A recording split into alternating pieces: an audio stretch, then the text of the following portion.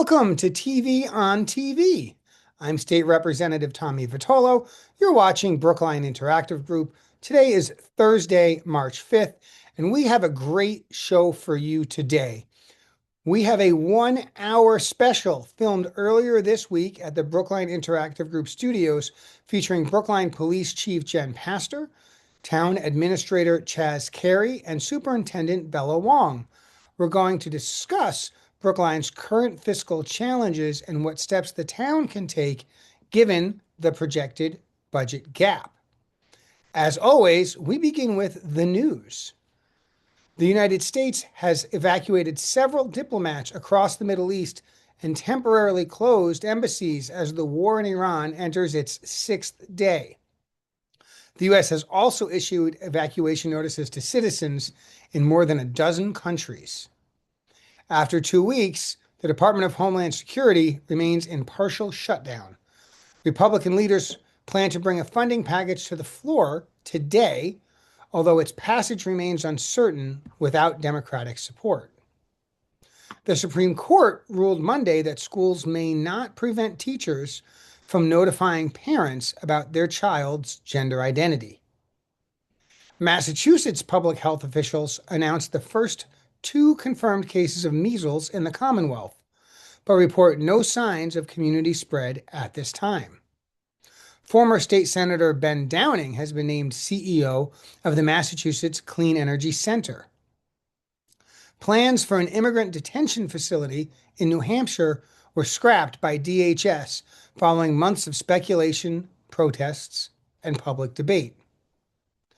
The town of Brookline has been awarded a 3-year, $126,000 grant to support the hiring of a part-time energy advocate who will provide residents and small business owners with free, personalized guidance on energy efficiency and renewable energy opportunities. Electric vehicle charging company GreenSpot recently decided to shut down 24 EV chargers in public lots due to underuse, perhaps because their rates were higher than other Brookline public chargers. 14 of those chargers are in the Fuller Street lot and 10 in the Kent Webster lot. The Department of Public Health and Human Services are advising residents that the avian flu has been confirmed in wild birds along the Riverway and Olmsted parks. The risk of infection in humans remains low. Folks, that's all the news. We're going to flip over in just a minute to an interview with 3 of Brookline's most important public employees, Police Chief Jen Pastor, Town Administrator Chas Carey, and Superintendent Bella Wong, to discuss the town's fiscal challenges right after the flip. So please stay tuned. Hello and welcome to a very special edition of TV on TV. I'm State Representative Tommy Vitolo. You're watching Brookline Interactive Group, and unusually, we're in studio because we have not 1, not 2, but 3 of Brookline's finest public servants here with us today. As I said, it's a special issue, and we're going to talk about Brookline's current fiscal situation and what folks might do about it. So I'm going to start by introducing my guests.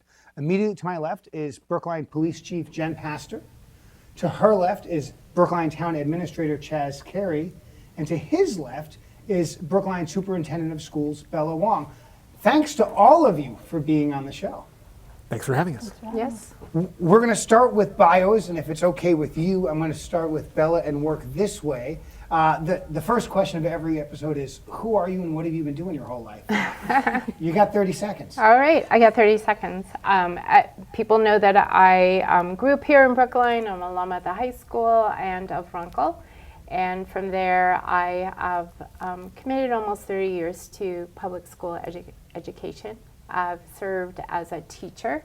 I've been a union president, and I've also been assistant superintendent over 18 years at Wellesley, Lincoln, Sudbury, and Natick, and I'm so incredibly happy to be here in Brookline. Chas.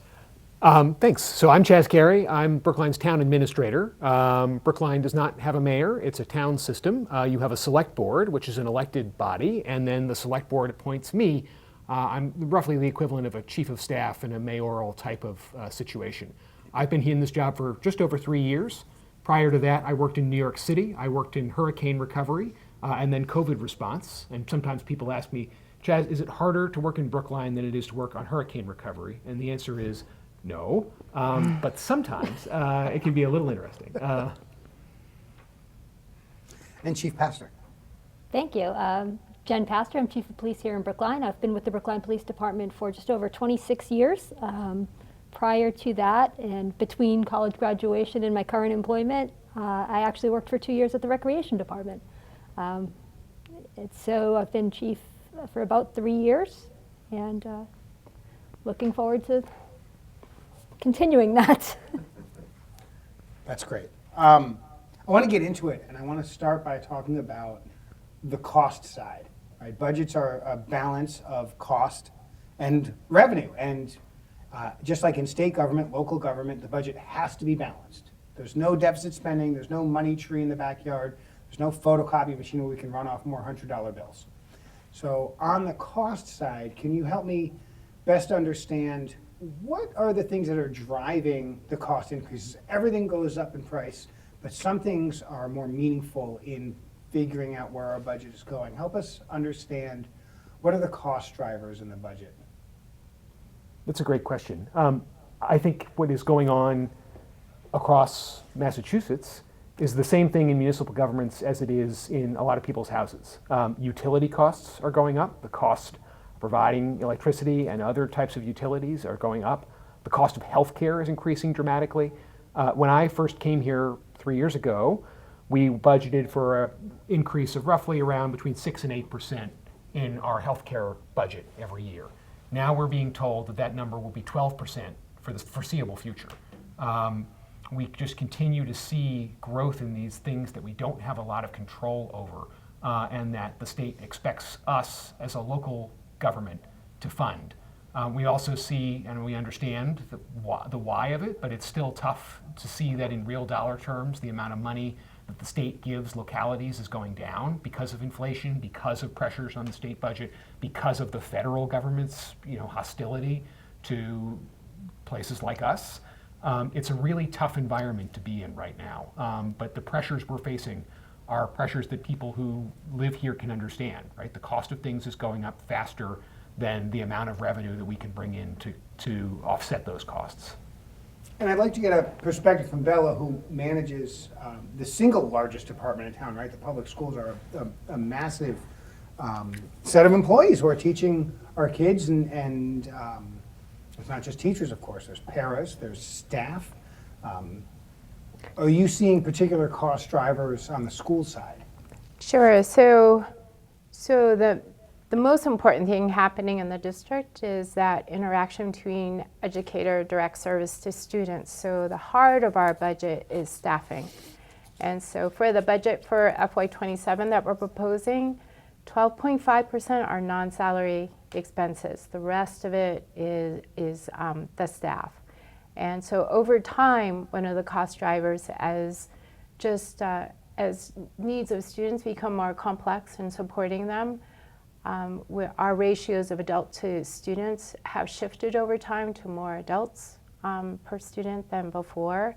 So that is a cost driver, just the number of services that we're offering students.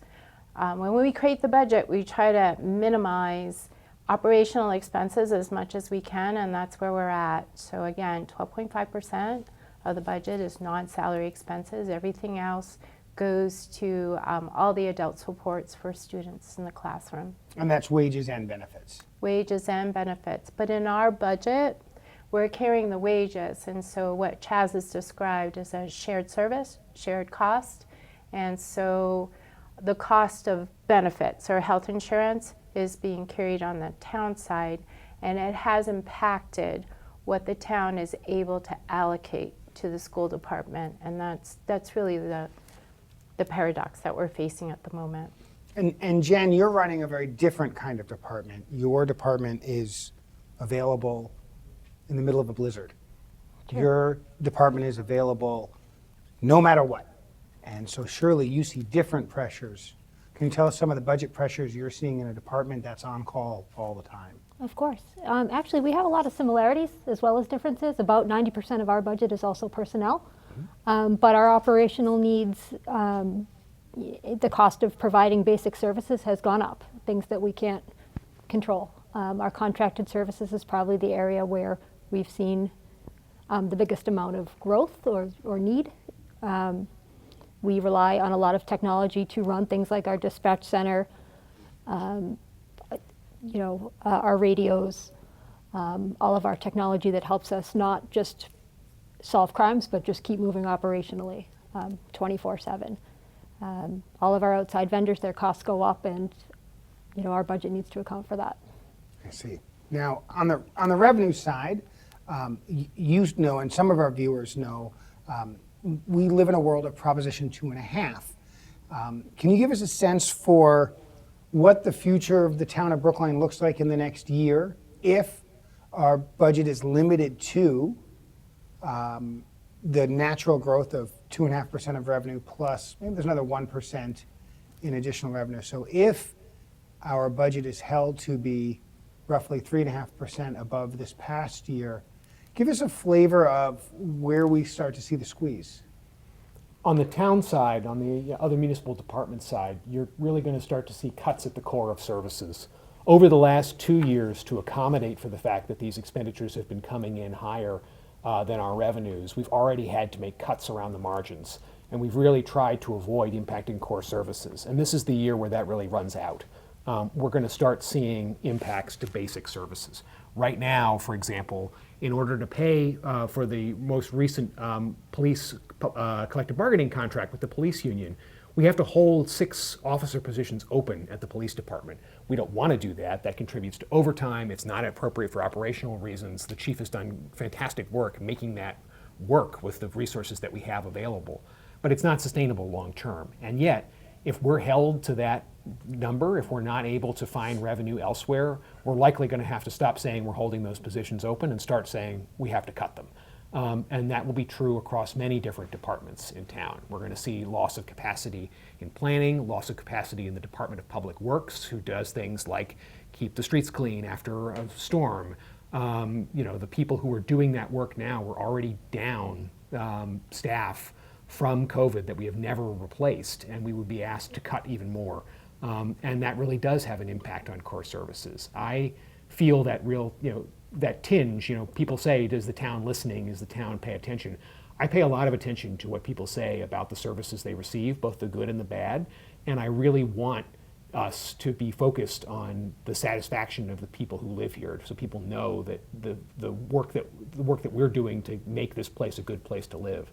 And I really worry that if we are in that position, that the number of people dissatisfied with those services, the number of people calling DPW, calling the police, calling the fire department saying, why are your response times so ticking up? Why am I not getting what I need from you? Is going to go up. And we don't want to be in that situation. On the school side, what are we looking at? So schools, we're dependent on local support through 2.5, as Chas described, but we also get state funding through Chapter 70, other state grants, and also importantly federal grants. So we have a lot of different resources, but highly dependent on what we get from the base in Brookline. And so we have, we've known about the impending fiscal restraints looking forward. And so in the school department, for FY27, we have a net reduction of 22 FTEs. Since the last override, another 20 FTEs. So between the last override and what we're looking at for next year, a net reduction of 42 FTEs. We've looked at reducing expenses, tuition lines, doing most efficient transportation. So we worked hard to be fiscally responsible to our base. And that's where we are at. But we are at a critical juncture of, as Chief Pastor alluded, there are expenses, and year to year they increase because they do. And so our budget will go up as it does from year to year. We try to control it as much as possible. The dollar amounts we're looking at for increases over the next 3 years actually matches the dollar amounts of the last 3 years and speaks to our efforts to control costs as much as possible. But as I said, we're at a critical juncture. To translate a little bit of language, FTEs are full-time equivalent positions. So you're talking about 40 educators that the schools will just not have in the buildings anymore. Yeah, not just educators. Sometimes there have been quite a few in the district office, so administrators. So when we look at reductions, we look to spread them out. And the district offices, administration, and K-8, and the high school. So we look to spread out those reductions to help mitigate the impact, so it's not so severe in any one part. But yes, a net reduction. Sometimes we have to add due to mandated services. Sometimes we have to add, and then in other places we reduce. And Jen, you talked about similar pressures, but we've heard you've got 6 positions that are not filled. Does that get worse? And what does that mean? It gets worse in the sense that, we're able to hold the line for a year and assure officers that are currently working that relief is coming. If that relief doesn't come, as the town administrator said, it's more overtime, and that's not always voluntary overtime. A lot of times we're holding officers over when they expect to go home after their 8-hour shift. They are sometimes held for 16 and can be held up to 24. And then in addition to those 6 positions, we were looking at maybe 1.5 additional FTEs that would be cut. You can't make up for budget by paying people time and a half to do the same work. That doesn't pencil, right? So it means that there will be fewer officers doing all of the things, not just being out in the streets, but doing the detective work, doing the work behind the scenes, doing the social work. All of that is at risk. All of that, right? It means, a smaller amount of time that officers can presumably stay on calls, where a lot of the work that we've been focused on over, I'll say the last 3 years, but longer than that, has been on slowing things down, using de-escalation techniques, allowing officers to be on scene for longer amounts of time to really help support our community members when they're in times of crisis, and if they're jumping, as they have to do in some other communities from call to call. It really, we're able to provide core services, but I think it reduces the quality of what our officers are able to do. So some real consequences to holding the path of 2.5. We're going to marinate on that for a minute. We're going to take a quick break, and when we come back, we're going to talk about just what the town might do about this challenging fiscal place that we're in right now. So stay tuned, and we'll be back in just a minute. Ms. Daly. Thank you, Mr. Moderator. Nancy Daly, Precinct 12. And I have no doubt that you're going to vote favorable action on this resolution.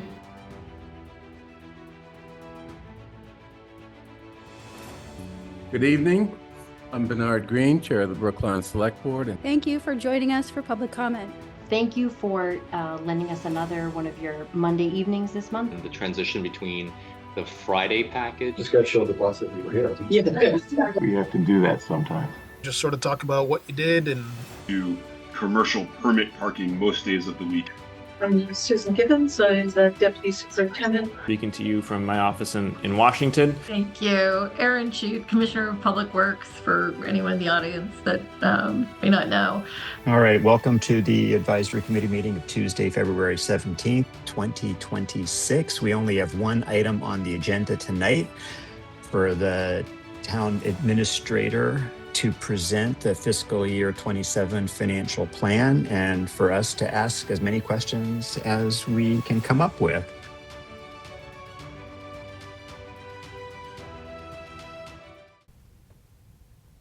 And welcome back to TV on TV, right here on Brookline Interactive Group.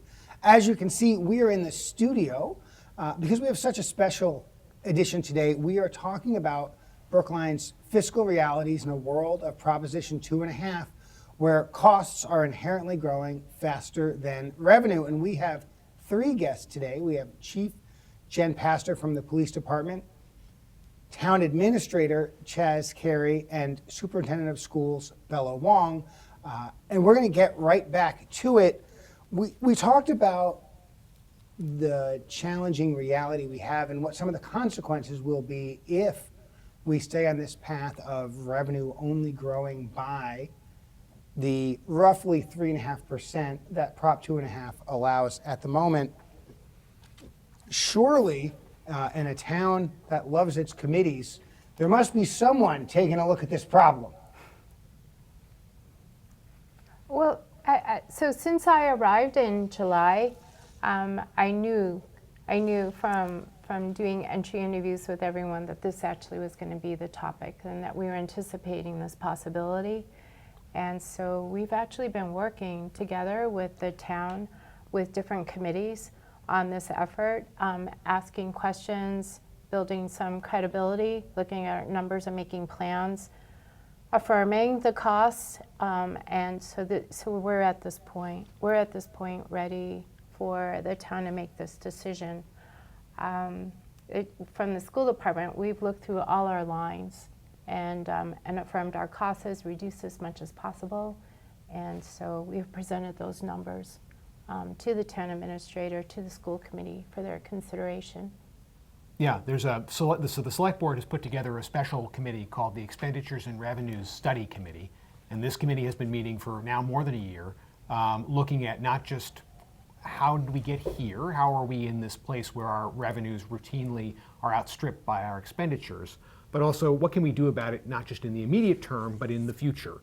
And some of the things that they're looking at in the future includes, supporting more commercial development, investing more in renewable energy, thinking about how we're going to handle the situation when we are funding some of our historically unfunded liabilities for our retirees, like their pensions and their health care.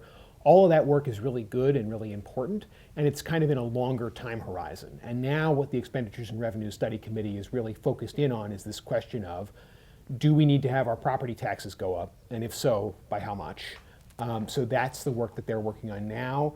Their work should conclude in the middle of this month, in the middle of March, and then it will be up to the select board to decide, will there be a question on the ballot in May about a rise in property taxes? If so, for what dollar amount?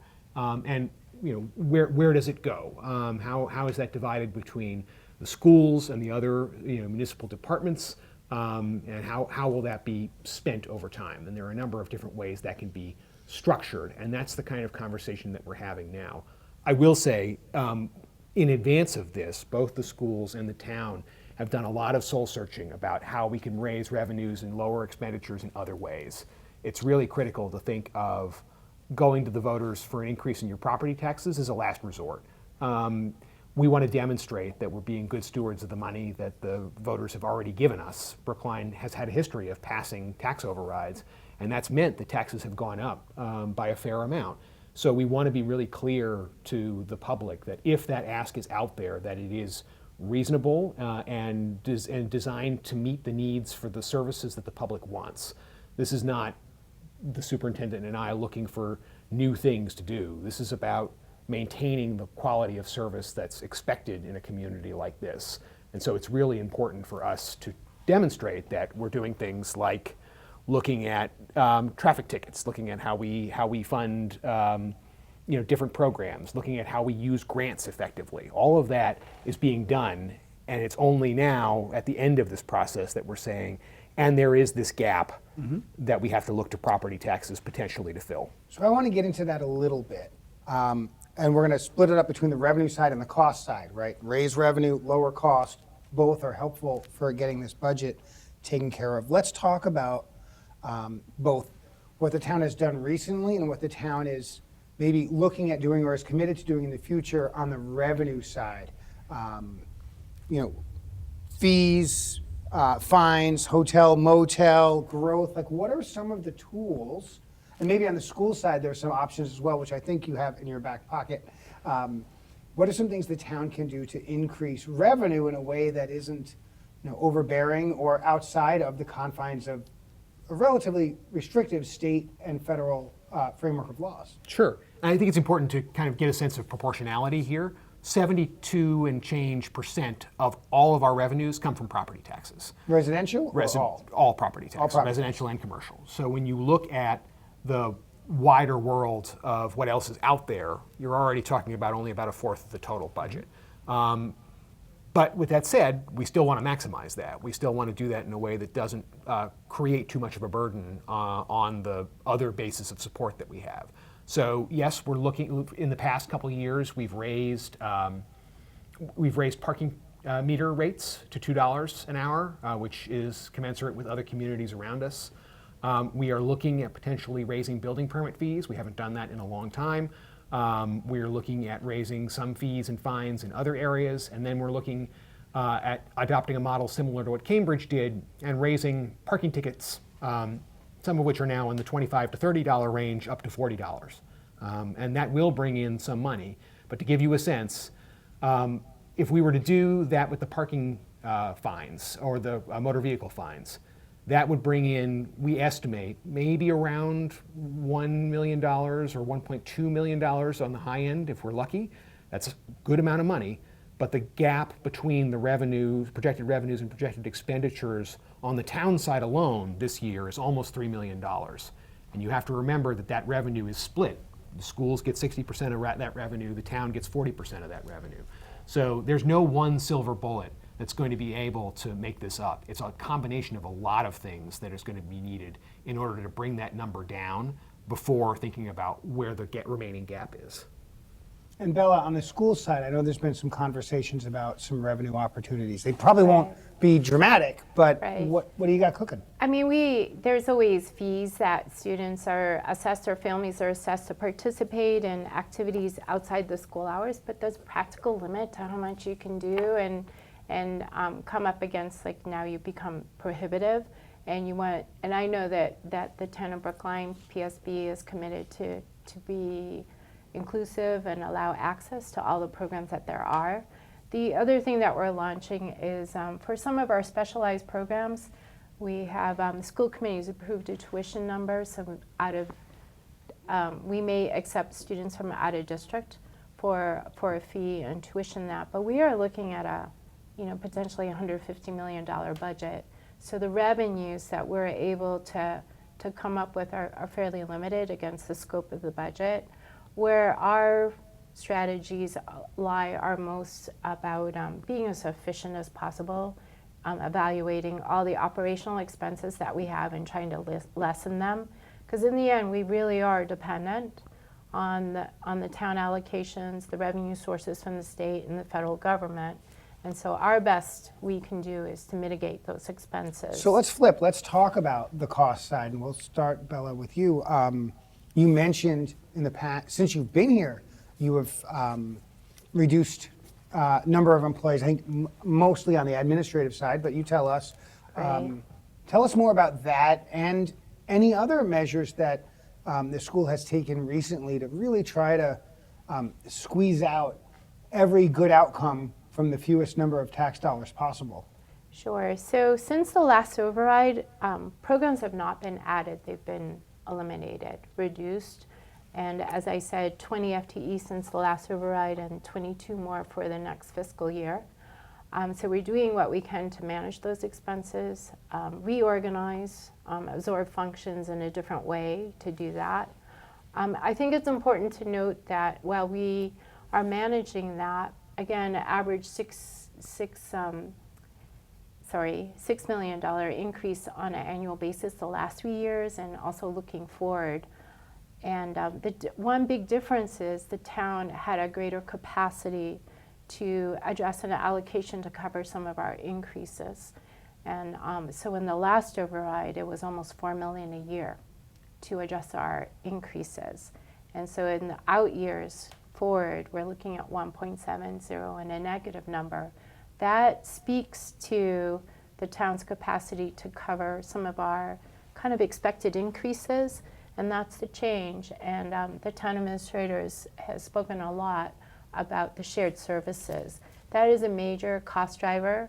I think in together, all departments, as we look at this is a structural issue that we'll have to work together to address in future years.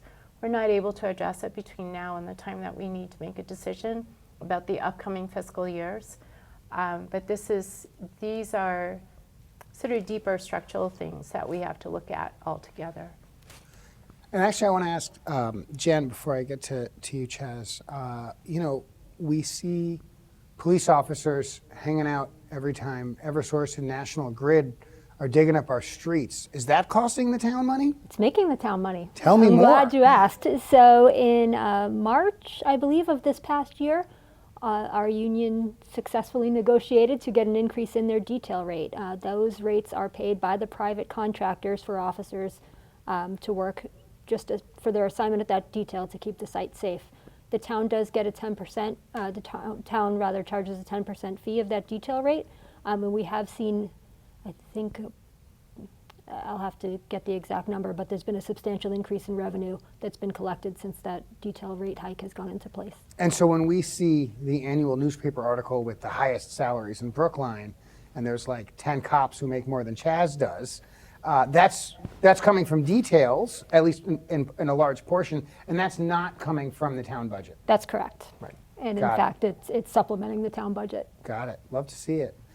Chas, tell us what the town's done to try to really squeeze down cost and find efficiencies in the last several years, at least. So we talked a little bit about some of these cuts we've made at the margins. We've talked about holding positions open. We've talked about trying to do more with less effectively. We really, in terms of, net personnel growth, we've been flat since COVID. And remember that COVID was a cut. COVID, really brought on a loss of services as a result of that, really seismic shock to municipal budgets that we are still digging ourselves out of. And while the federal government at the time gave us a lot of one-time money, Brookline was actually very good in terms of not using one-time money to cover ongoing expenses. So in some ways, we're better off than some of the other communities were that had to really lean on that one-time federal money. Because now we're in the opposite position. We're in a position where the federal government is threatening the few grants that are still available to us. So they're threatening our Homeland Security grants, they're threatening our educational grants, they're threatening our Community Development Block Grant, which is the single largest source of federal funding that we receive for other community non-school related expenses. And so we've been trying our best to identify any sort of efficiencies, and we're really at the last, kind of tail end of it. At this juncture, even if we were to put an override on the ballot, even if the select board were to put an override on the ballot this year, we would still be cutting 5 positions from the town side of the budget, and we would still be looking at cutting services. We would be looking at reducing, the availability of the clerk's office during elections, for example. Wherever we can find savings, we're trying to find savings, and it is just a tougher and tougher job every year. That healthcare number that Bella talked about, right? The shared costs number is really affecting town and schools alike. We pay for a lot of things up front before the schools and towns see any of the money. Then we run it through a sort of split. That's what I talked about when I said the schools get 60% of something and the town gets 40% of something. The healthcare costs we pay for up front. And that means there's just less money to go around. There's less money available for us, both the 60% that would go to the schools and the 40% that would go to the town. So it's really, it's like damming a river. Where we used to see a regular flow, now it's down to a trickle. And it's really hard to figure out a sustainable way forward when it's for something like healthcare. So we've talked about costs growing in ways that we cannot squeeze in town. Healthcare costs, the town has no ability to change what it costs to go see a doctor, right? And we talked about the limitations on revenue, and even with the town finding ways to bring the revenue up, and the school side finding ways, little bits to find the revenue up, there's just a gap, and the gap gets bigger year after year. And so this is the big one. What does the town do when it cannot get any more revenue through changes in fees or these little nibbling around the edges, and when the costs just overwhelm those increases? What is the thing that cities and towns in Massachusetts can do when they've exhausted all other options? What do we do? This is you, Chas. Oh, it's Yeah, me. it's Okay. used, yes. I don't think it's me. Well, that's usually when towns and cities look at passing an operating override, which is a permanent increase in property taxes. Prop 2.5 says your property taxes can only go up by 2.5% plus whatever we realize in so-called new growth. That's a specialized formula that the state sets. The only way that can change is for some temporary costs. We usually call those exclusions. Typically, they're debt exclusions to do things like build new schools, build new fire stations. Those are temporary, but they last over time because we're selling debt. So it's over a 25-year period for most of our projects. And then there's an operating override. That's a permanent increase in your taxes. Brookline has passed a number of successful overrides since Prop 2.5 passed in 1982. And you can see the benefits of that in terms of the level of services we provide, but also the amount that we are then able to save for being a community that is well respected by the credit and bond rating agencies. We're one of 15 AAA rated communities in Massachusetts, and that has a huge impact because then when we go to the market to sell our debt, our interest is much lower than even a AA rated community, and that means we can do more. That means we can do more to keep our schools state of the art or where they need to be. That means when we do things like refurbish our fire stations to make them more equitable and more fair to our firefighters, we're able to do that at low interest rates. If we lose that ability to go to the market and get a fair interest rate on our debt, that then compounds the problem. Again, it's like that dam getting even higher because all of a sudden we have to pay more just to do the basics in terms of keeping the town running and the buildings functional. And that bond rating, that is not something that moves easily or moves back easily, is that right? Right. It's very hard to regain a AAA rating once you lose it. And so an operating override seems like it would be the tool to move forward, but for folks who are not intimately familiar with municipal finance and state law, what does that mean for voters? What would that look like between now and when that becomes official? So the select board will decide whether or not to put a question about that tax increase on the ballot. The municipal elections this year are the first Tuesday in May. So the deadline for the select board to set a ballot question is March 31st. They will be meeting that night. I hope theoretically they could set it as early as the 24th, but they may take until the 31st. It is, a weighty question to consider, and we want to be sure that they have the time to think it through. Once that happens, then in addition to the candidates for local office that you'll see on the ballot, you'll see a question on your ballot. Usually it's question 1. Shall the town of Brookline be allowed to raise its tax levy by a certain amount of money? And it will have a dollar amount there. And that number could be a big number, right? It could be a big number on paper. But remember, our total property tax levy last year was $332.5 million. And that goes up by the Prop 2.5 amount every year. So the last override that Brookline passed was for just under $12 million. And the question on the ballot was, do you agree to raise your total tax levy by $12 million, $11.98 million? And it looks like a lot on paper. And one of the things that we do to try and make people understand what that is practically is we set up an override calculator on the town's website that says, if you vote yes for this, if the town votes yes for this, this is how much additional money will be added to your taxes. And that's a goal of seeing, in the abstract, that looks like a big number on the ballot. But what does that actually mean for me personally in terms of the amount of money? Sure. So what we're looking at is town government, our 5 select board members, staffed by you and others, getting input from the public schools through Bella and through the department heads, including you, Jen, are going to figure out if we're going to do an operating override, by how much, by how many dollars. And they will vote by March 31st, 2026, on whether or not to put it on the ballot on Tuesday, May 5th. Correct. And does there have to be only one question for an operating override, or are there possibilities and options? There are many possibilities and options. There are any number of ways to do this. Some communities have done what's called a tiered override, where they say, vote for however much you're comfortable with. Here's question 1A, 1B, 1C. We actually did this last time. We had a bonus question on the ballot about whether or not people wanted to pay a little extra for municipal composting. And that did not pass. It failed by around 50 votes. But that's okay. That's why you structure it this way. You say, this is the bare minimum, this is the low number, and then if there are any extras, here is what we would ask for in addition.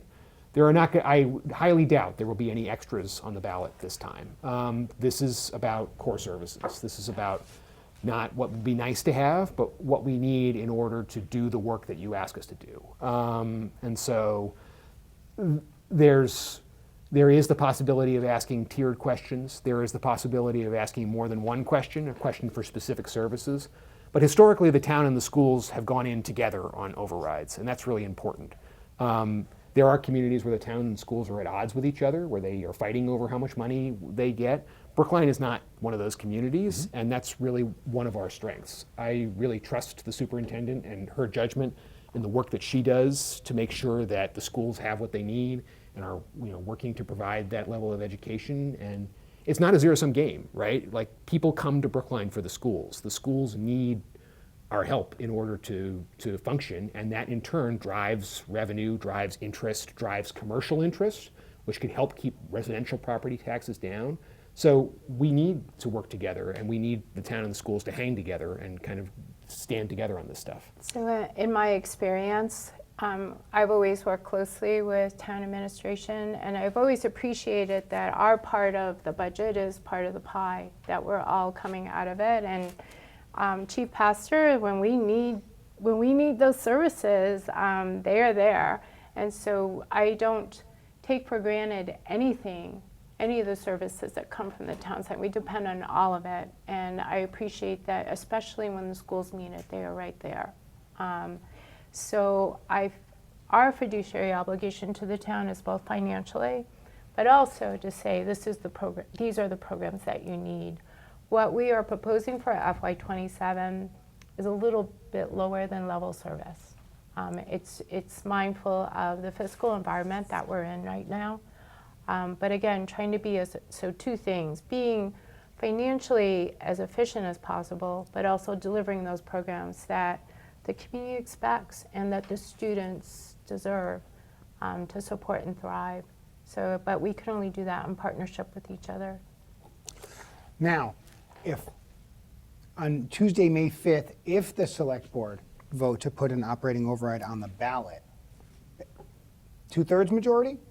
Simple majority. Simple majority, right? And so if more people vote for it than not, then that would go into effect for the very next fiscal year beginning July 1st. Correct. Is that right?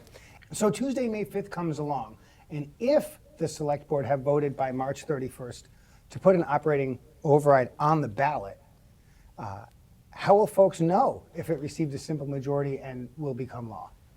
I'll take this one because I know people, and I know you specifically, and I believe this is a redirect back to your special edition election episode on the night of the election. It's true. It turns out that the folks who will broadcast that information first are the folks right here at Brookline Interactive Group. We will have an election night special on Tuesday, May 5th, and we will be the first to get you the results of all of those town meeting seats, those select board, school committee, library trustee, and constable seats. And once we've got all the results from all 17 precincts tallied and checked twice, we will also, of course, report the results of an operating override, if and only if it's on the ballot. And we don't even know if it will be yet.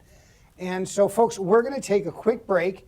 And when we come back, we're going to talk about better understanding how an operating override would impact people's taxes, get into some numbers, and learn a little bit more about next steps and what to expect. So stay tuned, and we'll be back in just a few minutes.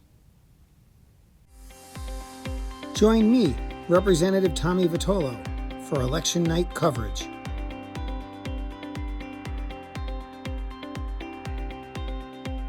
Here on Brookline Interactive Group, I'm Tommy Vitolo, and I have results from tonight's election.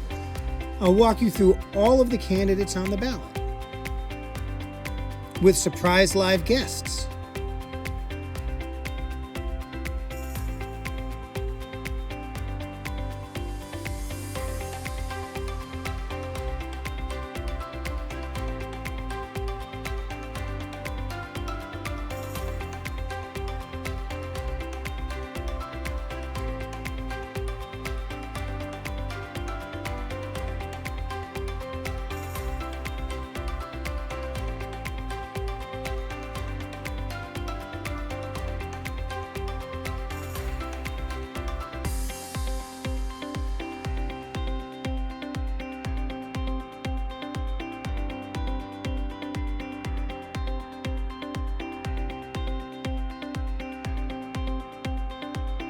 Tune in Tuesday, May 5th for live local election night results, starting at 7:30 p.m. only on Big.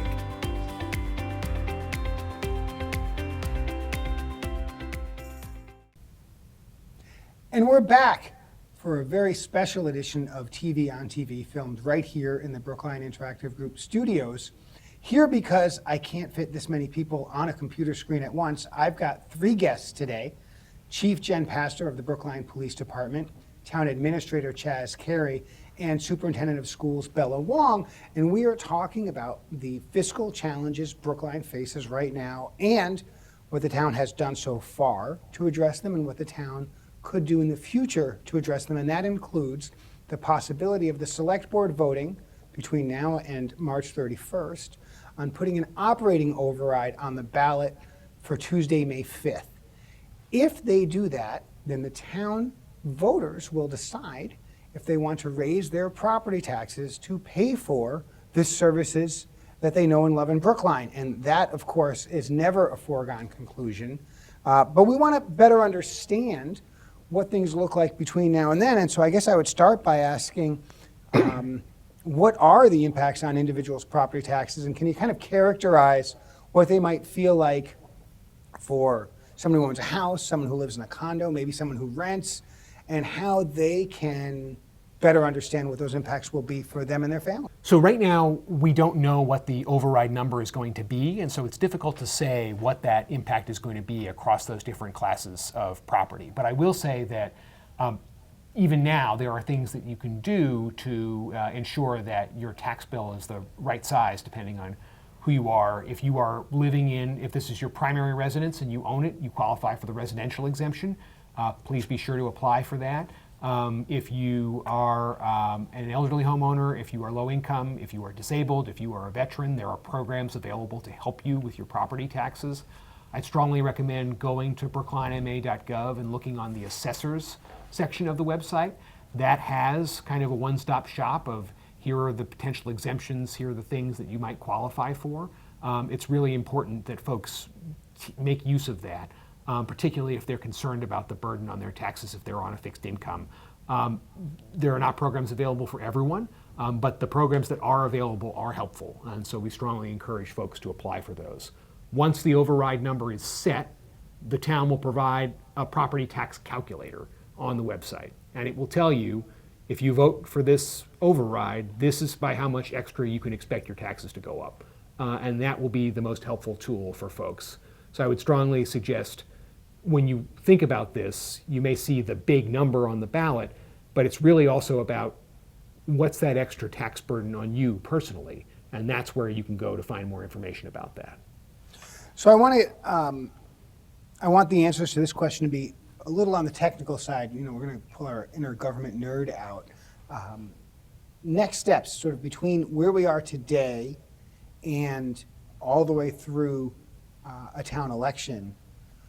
What are the sort of government mechanical processes that still have to happen, and when should we expect those? We've talked a lot about by March 31st, but surely the next step is not the select board just show up and have a vote. There's things in between, and then there's things after that. So can you give us a little more meat on the bones of what exactly the machinations of government will be between now and then, if in fact the select board go through with this?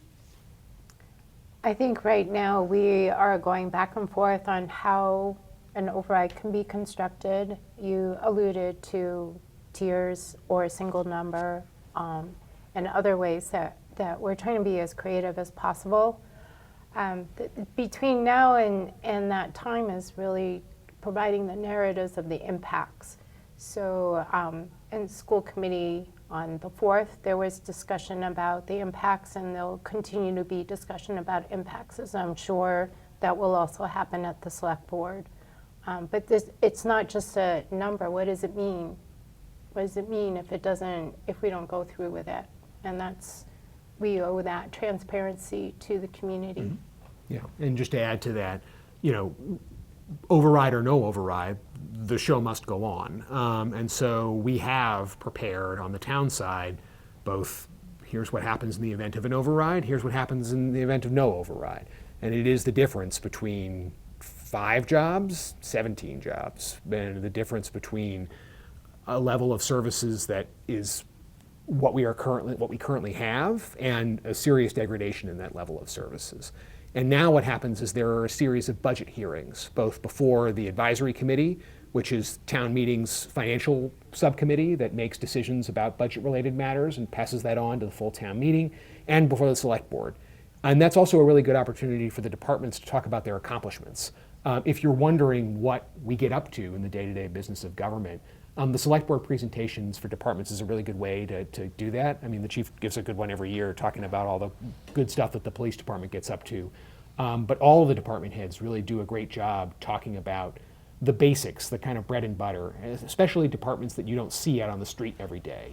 We have our IT department, we have our human resources department, we have our planning department. They do so much good work for us and for the community. And it's great to get a chance to kind of show the public how hard they work and how much we've asked them to do with really limited resources. It can be a tough conversation every year, for example, to talk about what the chief said about licenses and contracted services. Every year, the IT department says, we need more money to buy more software licenses because the cost just keeps going up. And we can only give them so much. And they are incredibly creative at making do with what they have. But it's a struggle, and it's important to see both the ingenuity and the talent involved in that, but also the sacrifices that are already being made. We are not profligate spenders here.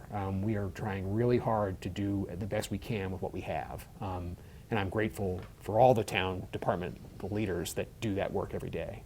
And we do have a remarkably transparent government, and folks can come to all of these detailed conversations, some where the public is allowed to put in their 2 cents, some where they're only there to listen.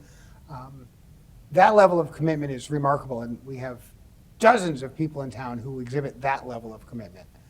For folks who simply don't have that on their scorecard, but do want more information, what has the town done and what will the town do? That's both, town side and school side. For most of us, it's just one town. So that folks can better understand, what path A, don't do anything to raise revenue, looks like, and what path B, an increase in revenue. How can folks learn more about this in a way that doesn't require them to sit through an advisory committee subcommittee hearing? That's a great question. You want to talk a little bit about that? Sure. I mean, anyone can go to the school website, and there's materials right there. They can look on when time makes sense for them to do it. It's under the budget section. You can stream, you can look at the recordings of school committee, and also the presentation that was just done, sponsored by BPO, this one that we are participating in. But there's different ways that you can do on your own time to come up to speed. I've been giving Budget 101 presentations about once a week throughout town. I've done them at Potterham Library, I've done them at the Baker School, I did one virtually, I did one at the Senior Center, I'm going to do one at a BHA a community room, a Brookline Housing Authority community room, and then we'll probably do one more at a site we haven't set yet. But that's a great opportunity for folks to come out. We try and give plain language discussion of how the budget works, and folks can ask questions along the way. It's been a really great experience, and I've really enjoyed meeting regular community members who ask really insightful questions about why do we do things the way we do. as those continue, we're always happy, and the online one is available on the Select Board's website. Again, brooklinema.gov. Check it out. And it's a real credit, I will say, to Brookline Interactive Group that their staff works so hard to cover so much of our government and then put it out there so folks who either couldn't get there live and want to watch it live from home or want to watch it at a later date are able to do so. We would not be able to have the kind of community participation and understanding of our town government without Brookline Interactive Group. And so, I have no shame in saying thank you to Big for making all of that possible, as well as making today's show possible. Folks, we're going to wrap up another episode of TV on TV, always available right here on Brookline Interactive Group. I want to thank all of my guests. I know you have so many things to do, and I'm grateful that you were able to find some time to come out here and help educate the folks of Brookline and around the world. We have viewers around the world about where we are fiscally, about what the town has done to try to manage that, and about what our options are going forward. The town of Brookline is going to decide as a community what level of service we'll get from our local government, and it seems like that's coming to a head in the next few months. So I wish all of you luck in navigating that and shepherding through a really good decision for the town and all of the folks who live here, who work here, who shop here, who spend time here. So thanks again for coming on the show and for doing what you do every single day on behalf of everyone in Brookline. Folks, that's a wrap. We're so grateful you could be here with us today, and we look forward to seeing you on most Thursday afternoons if we can get around to getting an episode together. I'm Tommy Vitolo, and good night and good luck.